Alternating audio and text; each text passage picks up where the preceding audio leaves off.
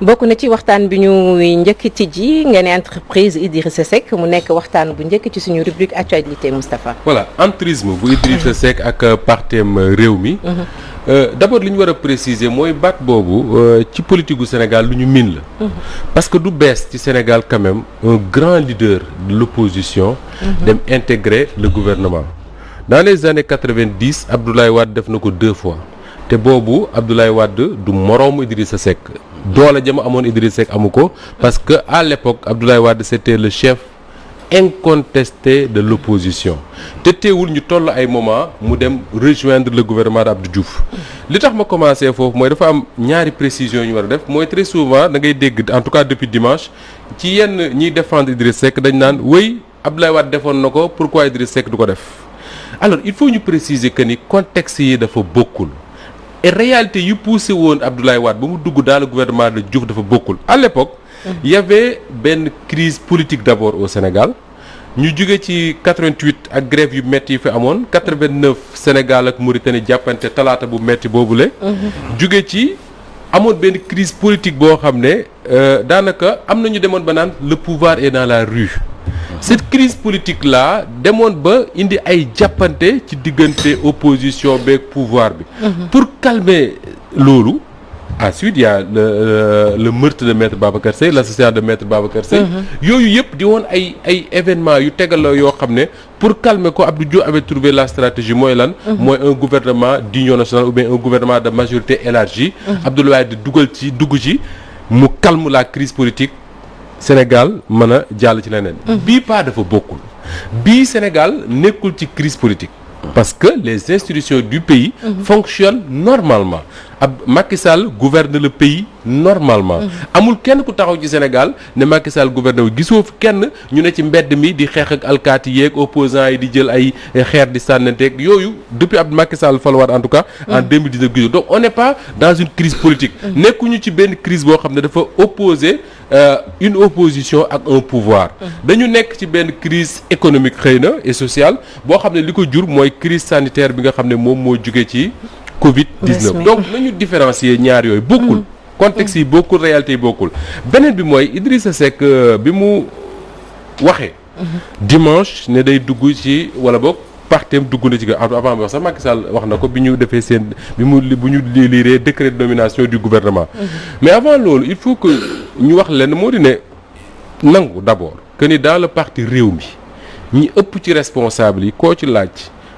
ñi ngi yëg dugg Idrissa Seck ci gouvernement bi à travers les médias il faut que ñu wax ko mu leer ñëpp ñi nga dégg ñuy wax ci rajo yi di taltali di ko défendre yëpp ñi ci ëpp ni ko Cheikh Tidiane yégee ni ko Aliou Sow yégee ni ko Fatou yégee noonu lañ yégee ne seen parti day dugg ci gouvernement bi muy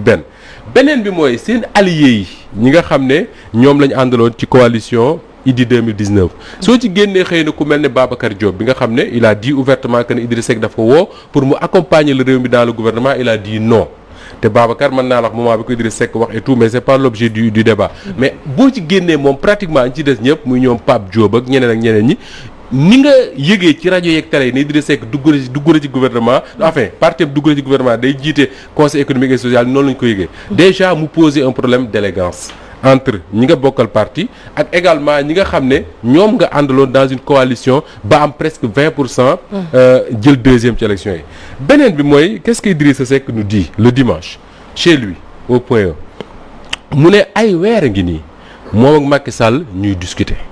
am na sax mu ne dem na sax ba ne 15 mois ñuy discuter dans le cadre du dialogue national ba pare ne di discuter également dans le cadre de nos échanges en tête-à-tête cela veut dire quoi que ni am na ay temps ay journalistes taxaw ne Idrissa Seck ak Macky Sall réeroowuñu waa réew mi jóg parce que depuis quelque temps waa réew mi dañuy reprocher parti bu mel ne Pastef par exemple ne dañuy yabal ay xale ci réseaux sociaux yi ñuy saaga nit ñi ak affaire yooyu waa réew mi jóg ñu ko wax lu nekk lañ leen yàq man mii di wax ak yow Fabel j'ai vécu l'expérience parce que fii laa toog ci petit déj ne j'avais utilisé benn expression dama ne Idrissa Seck muq gim ne muq nii am na lu tax mais dañ ma jël dugal ma seen panel yooyu seen panelu parti yooyu mais lu nekk lañ ma yàq ba il a fallu que un responsable du parti de Rewmi su ma neexee wax turam léegi moo ma woo ne ma Moustapha je voudrais juste te dire que ni li ñuy wax noonu ça n'engage pas du tout notre parti ay xale la yu xamul rek di wax donc reproche yi ñuy def le Pastef ñoom ils font exactement la même chose ci képp koo xam ne da nga wax ne Idriss Seck li mu def di yoon Aliou Sow mi il a vécu l'expérience Cheikh Yérim Seck a vécu l'expérience Mody Niang a vécu l'expérience Pape Alé Niang ak ñeneen ak ñeneen ak ñeneen donc il faut que wax ji bu ñu koy wax muy leer ci bopp ñëpp mu ne li tax muy dugg ci gouvernement bi mooy une analyse lucide et sereine du contexte moo ko poussé mu répondre à l'appel du président Macky Sall ba pare di woote à l'union de l'ensemble des forces vives de la nation pour relever les défis. Donc ça veut dire quoi que ni bu ñu toppee Idrissa Seck dans sa logique Sénégal am dootul am opposition ñëpp dañuy dem ànd ak Macky Sall parce qu'il dit l'ensemble des forces vives de la nation ñoo war a ànd ak Macky Sall pour relever les défis premier problème. Deuxième il dit il a choisi une implication personnelle et directe ba pare il ajoute tout le monde doit s'impliquer. Cela veut dire quoi que ni tous les Sénégalais tey nous sommes combien 16 millions on doit aller jébbalu ci Macky Sall ne ko ay réew maa ngi noonu comme dañoo nekk ci ay défis jiiteelu la neex defal démocratie du doxee noonu musul am ci réew beneen bi mooy il dit quelque part man je me dis Idriss Seck c'est un homme politique qui a de l'expérience qui a un talent nekk na premier ministre nekk na fi directeur de cabinet du président Wade donc il est libre de faire ses choix su ko neexee libre dem ne day ànd ak Macky Sall mais du tee ñi nga xam ne ñoom ñoo am droit wax ñu wax que ne le même Idrissa Seck quand même yàggul dara ça ne date pas du siècle dernier li ma lay wax nii moo fi taxaw ne décret dootu ko nommer ci kaw suuf maanaam amatul kenn doomu aadama boo xam ne dootu nga signer nomination tey signer nañ ko nomination kan moo ko signer Macky Sall pour bu jiite le conseil économique social et environnemental beneen bi le même Idrissa Seck moo fi waxoon ne su fekkee ne moom falu na en 2019 le conseil économique social environnemental daf koy tas parce que amul njëriñ tey jii moom moo ko jiite man j'aurais compris Idrissa Seck taxaw ne réew mi toll na ci jafe-jafe ñun ñëpp xam nañ ko Covid 19 ak crise bi mu àndal ak yëpp léegi li mu bëgg mooy ñu yombal ko Macky Sall mu jàll ci yombal ko dina ci bokk moom Idrissa Seck mu ne ko tasal le haut conseil des collectivités haut conseil des collectivités territoriales ak le conseil économique social et environnemental parce que xaalis ba cay dem soo ko joxee ndaw ñi nga xam ne ñoom ñooy dee jamono ji ci géej gi on parle de 480 morts benn waaye nee na ma soo demee dëkk bu mel ni Mbour daanaka bés bu ne nga gis quartier bu dëj kan la ñuy dëj ko dugg ci ndox mi mais loolu lu garaaw li ci réew donc solution yi ko waroon na régler c'est pas un gouvernement d'union nationale mais mooy yaxanal d'abord li nga xam ne moom mooy gafak ak Sénégal te bariwul lool mu may yóbbu ci wax joo xam ne Babacar Mar mi nga xam ne moom mooy mi ngay wax ne moom laa doon ci jafateel démb fii te muy un des plus grands défenseurs sinon le plus grand défenseur d'Idriss Seck moom moo fi wax bi ñu tegee au conseil des collectivités territoriales vidéo bi dama ko fàtte indi sinon ma jox ko Charles mu teg ko moo fi wax ne gor ca wax ja benn ñaareel bi mu ne Macky Sall dafa mel ne benn borom kër boo xam ne dafay ñëw ne njabootam léegi añ rek laa mën a joxe parce que yoratuñu lu ñu reere ba pare même borom kër googu Babacar Mar mooy wax de mu ne même borom kër googu dem génn di doxaan benn diriyànke ci biti su ko njabootam ñemee dañ naan ko papa yow li ngay wax du dëgg mais c'est exactement ça c'est-à-dire que Idriss Seck ne peut pas nous dire que ni ci crise économique la ñu nekk boo xam ne il faut que ñu booloo pour génn ci ba pare nangu jiite institution boo xam ne 7 milliards sinon plus lay coûter Sénégal yenewul maanaam beneen bi le même Babacar Mar moo wax fii ci benn vidéo ne grâce à Macky Sall xàmmee nañ Sénégal que ni ñaari ñoo fi am ñi nga xam ne ay patriotes lañ xeexal réew mi moo leen tax a jóg ñu nekk ci opposition bi di xeex ak ñi nga xam ne du samay waxu Babacar Mar la seen biir moo leen tax a jóg maanaam seen deq moo leen tax a jóg tey jii non le Sénégal est génial c'est un merveilleux pays alors ba pare le même Babacar Mar te foofu laay daanale ci vidéo bi ma lay wax nii mu ci ajouté ne un homme politique du négocier ay postes un homme politique day taxaw di xeex di bu dee négocier day négocier entre réew mi mais du négocier ay postes et bien c'est exactement ce que son leader a fait cette semaine et c'est ce qu'il a fait depuis 15 mois mu koy négocier ak le président Macky Sall te moom moo jur li nga xam ne mooy le gouvernement bi ñu am nii ak le conseil économique social et environnemental voilà Alioune Sow ñu bàyyi Alioune Sow c'est curieux parce que li Moussa wax dafa leer nañ leen rek laa ci mën a yokk mooy dama ne bon ça veut dire que léegi sénégalais yi affaire bi leer na ci seen bët leer na ci seen xel et puis leer na ci seen i nopp. que sénégalais yi xam nañ léegi kan mooy kan sénégalais yi xam nañu d'abord kan mooy Macky Sall ça y est ça va moi. Ça fait un an, un peu plus d'un an. Je crois que c'était au mois de septembre daaw. D'accord. Moi je savais que Macky Sall mi ngi wax ak mais quand on promet quelque chose. à quelqu'un bu ñu la nee bu ko wax. doo ko wax. surtout boo yow boo promettre ni doo ko wax. Absolument. mais def na août la léegi ñu ngi nekk ci mois donc ça fait un an ça fait 13 mois man. 13 mois que ma xam ni Macky Sall mi ngi wax ak Idrissa Seck. Seck. waaye da ngay yuuxu rek waaye doo ko mën a wax. parce que da nga promettre waaw da nga koy junj waaye doo parce que da nga promettre ni nit ki doo ko wax quoi. parce que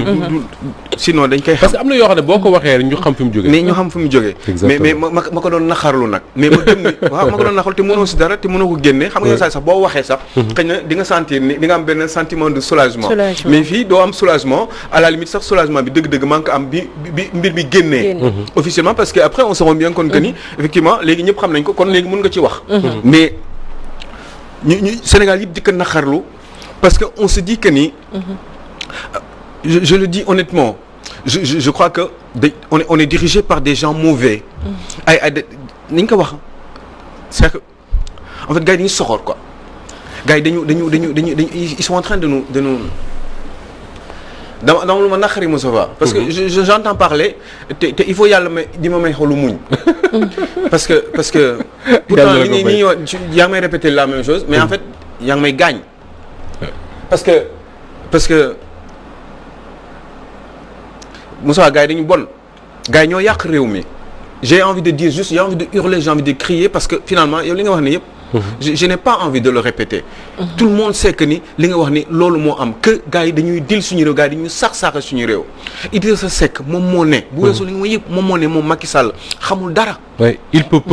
peut peu xalaat vision mi ngi yam jam ñaajo que daf ci nekk rek di peinture li tabax yi Ablaye Wade doon def que amul xalaat que amul xam-xam que il faut mu jóge fi que du dem ak moom question bi mooy ana lu tax tey jii nii mu def ko. oui bonne question. lu tax loolu yëpp parce que c'est quand même un homme intelligent au-delà de sa tortuosité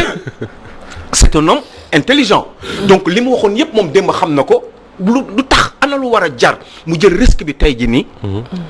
li mu waxoon yëpp mu jël ko tekk fële au détriment de ngoram. je te repose la question lu tax. mais man pour man pardon mais d'abord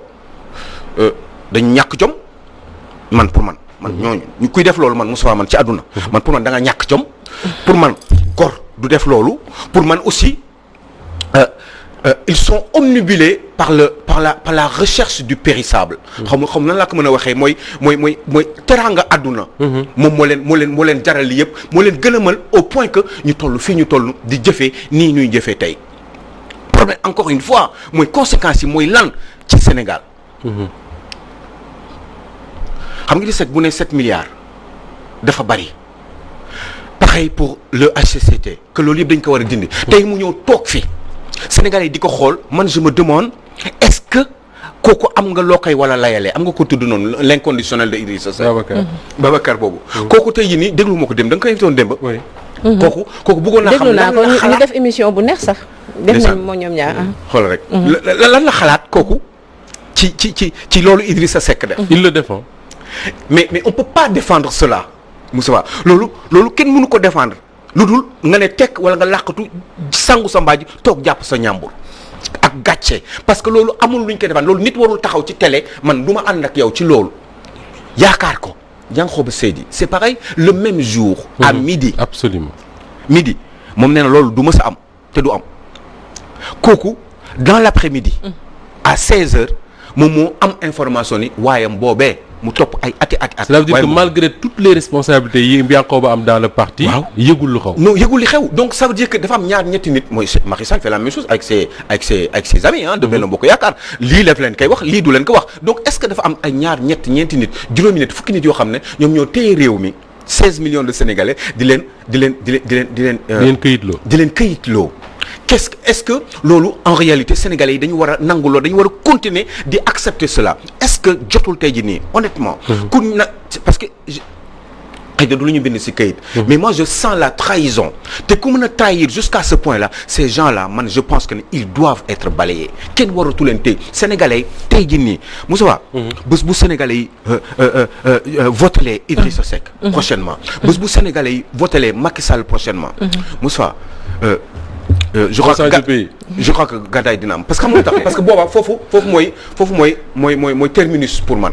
parce que ça veut dire que essayer naa ba sonn convaincre essayer naa ba sonn apporter quelque chose se touche mais mënatuma sonn naa bu boobaa je crois que damay bàyyi. duñu du coach. man li ma waxoon rek laay waxaat ci c'est malheureux. des fois dañ koy wax policiers yi du leen neex man damay wax moo ko waxee policier daf may woo wala bu ma kéem sax mu ne ma bu ma suyee tellement vraiment yow da nga soxor ci ñi mooy que seen kàddu jariñutul dara ci réew mi mais moom la loolu la. ne woon na fi Macky Sall sa parole est inconstante je crois que c'est ça. voilà tu as vu léegi nag xam nga moom. lu mu wax tey bu subaa wax le contraire. Moussa Ba man xam nga lu ma gëm. nit ki ni nga meloon démb. li nga doon défendre cause yi nga doon kii moom ngay continuer ba bi ngay dee. ba bi ngay dee. yaa ngi koy wax sànq wax Wade lu tax mu dugg mais ay contexte yi bokkuñu. et ñun fii la ñu fekk dëgg la boobu c'était pour sauver le Sénégal. parce que Sénégal non fii doo dégg couvre-feu sur couvre-feu. c'était ça c'était des couvre-feu. couvre-feu sur couvre-feu lañ nekkoon. amuñu woon jàmm. kenn amuloon jàmm ci réew mi pour nga liggéey sax boo doon dugg sa kii oto AD ou bien oto kii nii rek gars yi toj sa oto. mais xam nga. Abdou Diouf xam ne Wade à l'époque étudiants yi moom la ñuy déglu. syndicalistes moom la ñuy déglu. mu ne bu duggee ci gouvernement bi dinañ calme. loolu la. voilà ñaari dugg kii ya mais lii dafa bokkul. dëgg gis nga yéen a ngi fàtte man bi ma koy wax fële ci Grandini. ma ne noppi bii Idi def nii am na lu xew. noppi bi lii la wax na ko nga ma wax na ko nee na 15 mois boo calculé 15 mois ak bi ak élection mais non man na boobu mu ngi négocier mais ngir yàlla ak yonente ba li am ci suñu politiciens yi non c'est que politique u Sénégal moo dem ba baaxatul nañu waxante dëgg fii est-ce que mës naa baax voilà non c'est que Moussa Ba man léegi fii xàmmeetoo fi xàmmeetoo fi libéral xàmmeetoo fi socialiste xàmmeetoo fi lii léegi gars yi dañuy dem nu mu leen neexee. dañ lay def pression gis nga Moussa Ba. même am na sax ay pression yu ñuy teg ay nit. boo ñëwul. lii doo ko am wala lii ñu def la wala ñu def la. absolument aujourd'hui xoolal ñun suñu réew ma léegi. wax ma tegee le maire c'est un libéral. Daouda Niang c'est un libéral. ils ont tout xool nañu pour foo xam mënuñu ko kepp loolu tax xam nañu ko def. mooy robinet yi la ñu tëj. robinet wu Tëngéej la ñu tëj. ba nga xam ne maire bi du mën a def dara. voilà maire bi du mën a def léegi population bi nangam ils n'ont pas compris. que c'est Macky Sall mooy def loolu Daouda Niang mais c'est comme ça. xam nga loolu moo tax ñu nga dëkk bii. nit da ngay gëm li nga gëm man loolu laa xam nit da ngay gëm loolu. li choquant également mooy xam nga ñu ngi wax Idrissa Seck ak waxam ni mu dañee. mais le président de la République Macky Sall. fii la toog ci Walfadjri Pierre-Edouard Faye Georges Nesta Diop ñu ne ko bis boo nekkee président de la République du Sénégal nan ngay def ak transhumance mu ne transhumance déjà lu bon la mais moom mënul jiite parti ne bu kenn ñëw mais li leer mooy képp ku jóge ci beneen parti transhumé ñëw ci parti am ci ginnaaw ngay nekk. tey qu'est-ce qu'il fait dans les faits. Idriss Seck c'est un transhumant il lui a donné le Haut Conseil des collectivités territoriales. le conseil économique social et environnemental. Aïssata Tall Sall mooy tey la chef de la diplomatie sénégalaise yàggul dara. bokkoon na ci ñi gën a critique contre le régime de Macky Sall. on oublie de le dire. Oumar Sarr du parti démocratique sénégalais. bi nga xam ne man samedi lañ ma wax ne samedi. non samedi. bi ñu ma waxee ne ma mooy nekk ministre des mines ki ma ko wax dama ne ko da ngay xaru rek. mu ne ma ba suba il sera ministre des mines. exactement le dimanche mu nekk ministre des mines. Oumar Sarr boobu. yàggul dara. lu mu fi yàqul Macky Sall amul. Oumar Sarr taxaw na fii ne Macky Sall xaalisu Lamine Diack boobu ñuy tudd ci xaw ma fan. ci lañ ko joxe mu campagne ba gagné Ablaye Wade. ñu jàpp ko tëj ci kaso bi pour diffusion de fausses nouvelles ak diffamation Oumar Sarr. tey il est ministre. mais c'est-à-dire que est-ce que ñun loolu rek lañ am. wax naa ko fi benn jour le grand dîner bi ma remplace Cheikh Tidiane bu mujj ne Sénégal ay gor a fi dëkk Cheikh Aliou Sow ne ma je suis désolé mais duñu ay gor wala boog ñëpp duñu ay gor. mais Aliou Sow tey est-ce que ñun bu fekkee ay gor lañ c'est le seul exemple qu'on doit offrir à nos enfants c'est-à-dire que ñi nga xam ne ay muskàllaf lañ ay magi jëm ay kilifa ñu yaakaar ñu jiite suñu réew mi lu ñu wax tey bu subaa mu dañ. lu ñu wàcc mën koo lekkaat est-ce que c'est ça qu'on attend de la politique j'ai lu quelque part nañ bàyyi Idriss Seck parce qu'il fait de la politique je suis désolé on ne fait pas de la politique comme ça ñun suñu am ay valeurs bu ñu bëggee suñu réew mi dem il faut que ni ñu koy gérer mu ànd ak valeurs yi nga xam ne moom lañ mas di gérer mais ces valeurs doivent exister en politique parce que tubaab yi nañuy politiquer ci seen ay maam lañ ko doon noonu ñu koy defee noonu ñun suñu réew mii da ngay dégg très souvent léegi di nga ko waxtaane ñoo ne Lat Joor bi muy dem déqali di dee xamoon na ne bu demee dee mais ngor moo tax mu dem deewi suñu maam yii ñu ci bari bu leen neexoon négocier ak tubaab bi toog ne nem négocier am na fi ñii def nañ exil Gabon lu ëpp juróom-ñaari at ñii tubaab bi rendi leen waaw jéeri jondeel la neen fi la ko tubaab bi rendee ci Thiès mais yu mel noonu dafa am suñu réew mi donc ñun am nañ ay valeurs man foofu laay waxee tout le temps on a des valeurs mënuñu toog nag à un moment rek une famille qui politique que depuis Senghor jàll ci Abdoulaye Wade di ñëw ba ci Macky Sall à chaque moment il pose des actes yoo xam ne suñu waxee ñu ne non c'est de la politique nangam ak nangam ku ko wax ñu ne non mais attends c'est pas possible Sénégal il faut que ñu dellu ci ay valeurs kaw Idrissa Seck est-ce que duñu toog poser la question ne bu fekkee gouvernement opposition ñu allié wu est-ce que du luy mën a développer suñu réew aussi ci à travers compétences yi comme ça ñu ne malgré ñu bari mer nañ Maître Aïssata Tall ne am na compétence bi muy diriger xool ne Idrissa Seck ak ñu nommé ñenn ñi am nañ compétence bi est-ce que bu fekkee visé wuñ ci loolu ci li nga xamante ni amee doole chef de la diplomatie sénégalaise voilà compétence la am bu Amadou Ba amul waaw dëgg-dëgg non on se pose des questions rek avocat la kay inspecteur des impôts comme compétence bu kay amul Yankhoba Diattara ministre de l'économie numérique ban compétence la am bu Mame Mbaye Niang amul ban compétence la am bu Fossard Soane amul bu APR ban compétence la am bu Thérèse Diouf Faye amul bu mën a jël sa ministère là am Idrissa Seck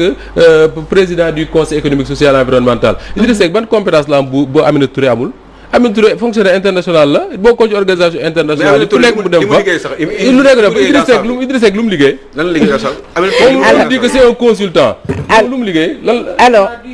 non mais gouvernement d'union dañ koy def ci réew yi nga xam dañu nekk ci benn dañuy traverser benn crise politique pour calmer la tension gi demee def gouvernement d'union tey ji Idrissa Seck doon na rafet mu taxaw ne écoutez les Sénégalais réew mi toll na ci jafe-jafe yoo xam ne ñun ay opposants lañ mais dinañ may Macky Sall mu yore réew mi ci jàmm ak salaam waxtaan nañu ak moom ne ko mu supprimer nangam ak nangam pour yaxanal koomu réew mi dem du tee mu nekk opposant bi mu nekk d'accord mais jël say bagages daw dem moi j'ai été toujours été séduite par l'éloquence d'Idrissa Seck dès le début depuis son entrée dans la politique vraiment en toute franchise mais je pense que un homme intègre comme lui un homme intelligent comme lui il est intelligent bu demee bay dugg ci peut-être il a ses propres principes. oui Fatou l'éloquence la pertinence yooyu noonu ñuy wax depuis Senghor naan c'est un poète bu mën a bind mën a wax Abdoulaye Wade c'est un avocat bu kii Abdou Diouf quand il te fait un discours nga ne yii kii moo xam état ñooñu fan lañu yóbbu Sénégal seen éloquence boobu je veux dire fan la yóbbu Sénégal mais le président américain là bi coow Amérique bi fan yi Trump mais suñu gars ñi ñoo ko daa ko wax fuuf gën koo éloquent ndax moom fu mu waxee day saaga et pourtant économiquement li mu def réewam ñii defuñu boo ko xaajee par junni defuñu ko alors Moustapha ça sert à quoi d'avoir des hommes politiques éloquents qui parlent bien qui disent intelligent intelligent amul benn logique Idrissa Seck du gëm kii amul benn logique boo xam ne vraiment intérêt wu Sénégal la alors loolu la amul benn logique xanaa logique ku boppam moom Moustapha man juste rek xam nga Abdoulaye Wade daf fi wax benn wax sénégalais yëpp mere ko ci mu ne maa waxoon waxeet boo moytu looloo ko sax jëlee ci mais ñu gis ne après loolu dafa mel ni tey la maa waxoon waxeet gi gën a yokk bu ñu waxee Idrissa Seck politicien la mën na am aussi financièrement tamit dematul financièrement demut parce que ñi ngi dégg waxu 30 millions yu nga xamante ne moom la doon recevoir xamuñu ndax dëgg la wala mais bu fekkee non du question alors bu fekkee dem na kon c'est sûr mi ngi évidence mi ngi doon jot dafa am ay problème xaalis voilà Idrissa Seck dafa am ay bor voilà Idrissa Seck dañ ko fayal ay borom Idrissa Seck dañ ko doon jox xaalis chaque weer voilà ni Ablaye Wade daan def Landing Savané 30 millions oui. c'est pas comme par hasard 30 millions la dégg 30 millions ñoom ñëpp ku nekk 30 Ablaye Wade millions ak Landing Savané il a fallu que Diop Decroix ak Landing Savané am problème pour ñu xam ne Wade da leen doon verser 30 millions tey jii li leer mooy mouvance présidentielle ak leader yenn leader ne ci opposition yi am na ku ñu ci bari yoo xam ne Macky Sall leen i xettali mais loolu moo leer mais su fekkee mënatul dem financièrement ba yëg na ko aussi politicien la rek comme man politicien du ma ci làq doom di dóor doom politicien la rek man moom lay jàpp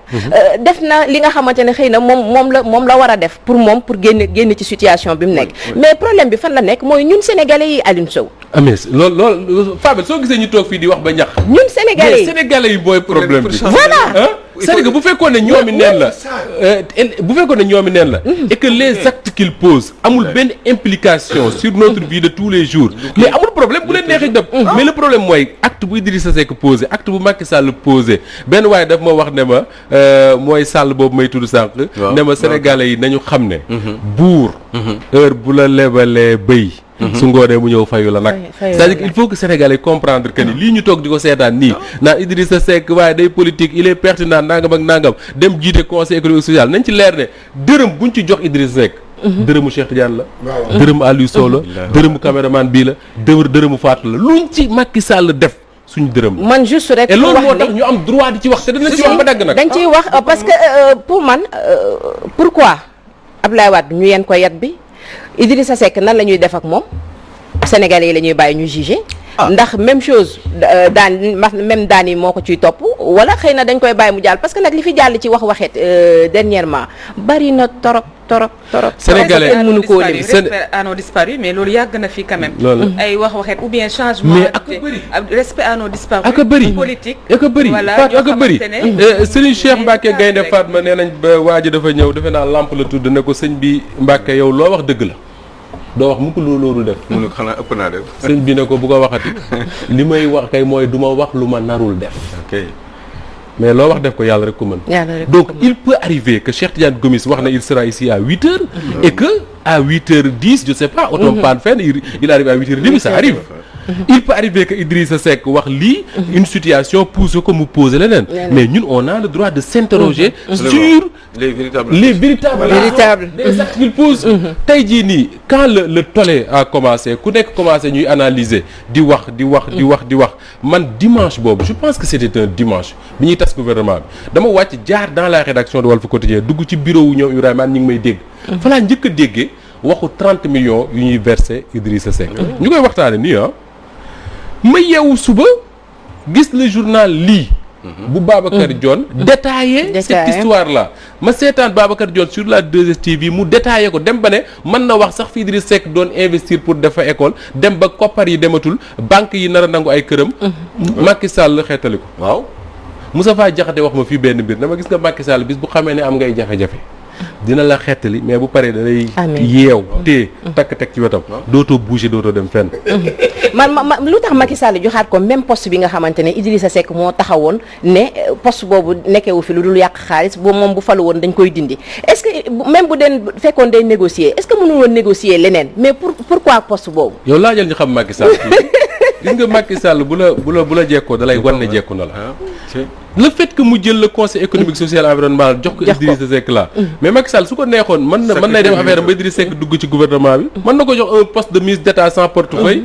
comme Diouf avait fait avec Wade yooyu yëpp mën na ko ministre d'État sans portefeuille nga xam ne tu es dans le gouvernement tu sièges au conseil des ministres premier ministre jiite wala tu parles directement au chef de l'État mais le fait que mu jël institution boo xam ne da koo bañoon Cheikh Aliou Sow dafa wax lu am solo dafa am yoo xam ne boo ko waxee ñu xam fu mu jógee mais kon ma wax la ci leneen le fait que mu jox ko institution bu mu bañoon ne bëgg ko mais c'est pas gratuit mais mën nga ñu ci wax tuuti rek Walf TV lañ nekk waaw dafa jox crédibilité peut-être institution boobu Fatou du bàyyi il y a beaucoup de questions crédibilité institution Fatou xam naa Thiessoise bi moo ko jàpp mais xam nga nan ngay jox mais nooy joxee nit man tey yow léegi maa nos points de vue peuvent diverger quand même mais c'est très bien c'est très bien bien sûr non respecté nañu yow sa point de vue sa xalaat kenn du ne non kii xalaatam baakiwul parce que ni ñu waxee ne 30 millions lañ ko doon jox par mois aussi am na ñu ko mën a weddee au fond ne bi mu am problème financier boobu parce que am na ñu ne Idrissa Seck mënu ko jiiñ 74 milliards ba pare ñëw naan dafa am problème xaalis am na il a été ministre dans le gouvernement dans plusieurs années Fatou lan lay liggéey Idrissa Seck lan lay liggéey politicien la non Idrissa Seck moom dans sa vie lan la liggéey sama Cheikh Diagne Gomis journaliste la waaw xam nañ ne lu mu métti su weer deewee fii lañ koy fayee waaw des fois nga dégg ñu ne la kii avocat la mais en même temps day politique Idrissa Seck depuis 2004 ngoon googu Macky Sall remplacé ko primature man maa ngi taxaw ñuy joxante léegi yi ñoom ñaar ngoon googu ba léegi est-ce que mën nga wax Idrissa Seck lii mooy liggéey waaw ñaata la fay impôt Moussawa lan mooy patrimoine am parce que bu at deewee sax dañ la da ngay def déclaration de patrimoine ñu ne la yow ñaata nga fay waaw mais xam nga train de vie boobu justement en parlant de train de vie non seulement xamaloo ko liggéey Fatou bu ko xamalee liggéey nañu ko wax mais le train de vie d'Idrissa Seck changé wul non waaw fa laa doon dem changé wul te en 2019 bi ñu demee élection présidentielle mais ñun réew mi fi lañ dëkk ñoom Malick Gakou Pape Diop Khalifa Sall ak ñoom ñoo cotisé pour campagne tey jii bu Idrissa Seck demee conseil économique social et environnemental normalement ñoom waruñu yem ci démissionné yi di 2019 dañoo war a laaj seen cotisation parce que 20% yi mu am ba tax Macky Sall woo ko xëy na ne moo jël deuxième mais ñoom dañ cee cotisé ak seen i nit dañ cee cotisé ak seen xaalis am na si ñoo xam ne dañoo tayle waaw am na suñu jaay seen i oto mais oui pour campagne ko nañ waxante dëgg fii réew fi lañ dëkk lañ dëkk Idrissa Seck moi je pense que c'est un parasite comme les autres la plupart des hommes politiques sénégalais surtout voilà dañuy profiter ci deniers publics yi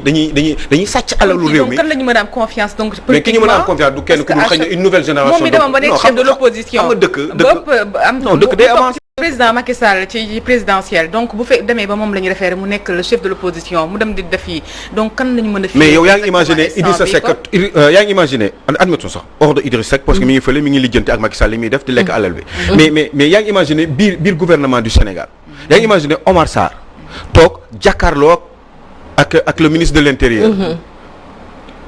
yaa ngi imaginer Antoine Diome yaa ngi imaginer Omar Sarr lan la war a wax Macky Sall bi muy jël avion bi muy jël gaal di jël avion di jaaraat ci aéroport bi di défier Idrissa Seck di défier Macky Sall di ko traiter de tous les noms d'oiseaux yaa ngi imaginer mais Mimi Touré yaa ngi imaginer ni ñu ko toroxalee moom Mimi Touré par rapport ak Idrissa Seck fu Idrissa Seck sankee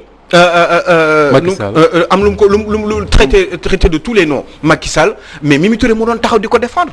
tey jii ni kooku moom la ñu toroxal tey jàkkaarloo du am passation de service waaw parce que nee nañ di waay mais Aminata Touré du jàkkaarloog Idrissa Seck sans doute parce que elle doit avoir la honte Moussa parce que quand même dina ne mais man kii laa jox la ngay tey jii nii lii la ma Macky Sall def ñoom dañu war a taxaw di jàkkaarloo di joxante loxo di waxante ay dossier ak li mu ko yàq lépp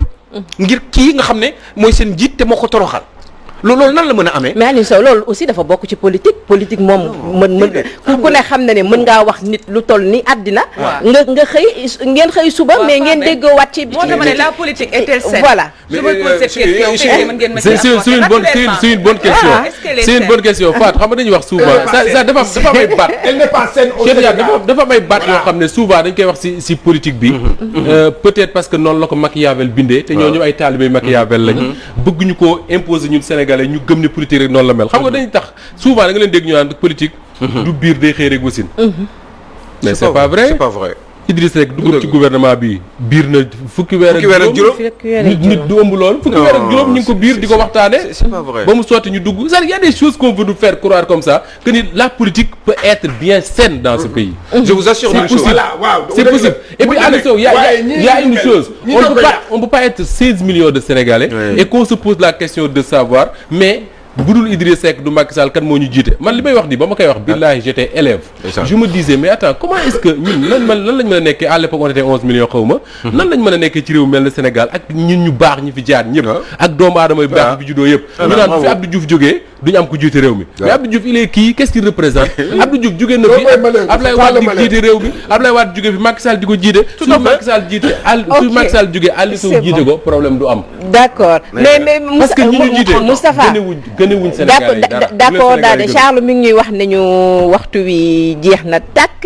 mais daal en politique xam naa ne dinañ ci ñëwaat parce que ñun dañ cee gis yu bari yoo xamante ne wax nañ fi toj yoo xamante ne gis nañ ne ku transhumé dañ la war a fusiller mais ñu yu bare yuñ ci mën a wax te teewul tey ñu ngi waat ci biir nguur waaw moo tax dëkk bi ñu ngi wax changement mais su fekkee ne président bi ci boppam suñu ay candidat taxawee war a posé wu pour candidature mu seppi ca ñaka neex jël ñaka neex teg là aussi y a problème dañuy ñëwaat ci waxtaan boobu gën koo yaatal am na solo Moustapha ñu jaajëfal la bu baax a baax jërëjëf bari na lu ñu waroon a waxtaane tey notamment APR ak tàngam yi nga xam ne ñoom lañ ci commencé di toroxal comme dit Aliou Sow les réactions des uns et des autres mais inchallah rabbi on aura l'occasion de revenir inchallah Aliou Sow kontaan naa ñun ñoo la gën a kontaan fier d'être sur ce plateau eh ben ce beau plateau merci beaucoup entouré de grosses personnalités de grosses peintures Cheikh Tidiane Gomis am na ñu may envoyé message di ma laaj Aliou Sow fu mu nekkoon fan laa nekkoon nee nañ fan nga nekkoon maa ngi ci dëkk bi yaa ngi ci dëkk bi d'accord ne ci waar bi rek ne ci waar bi merci beaucoup Aliou Moustapha Diop ñu dem régie léegi ñu jël suñu rubrique sport ñëwaat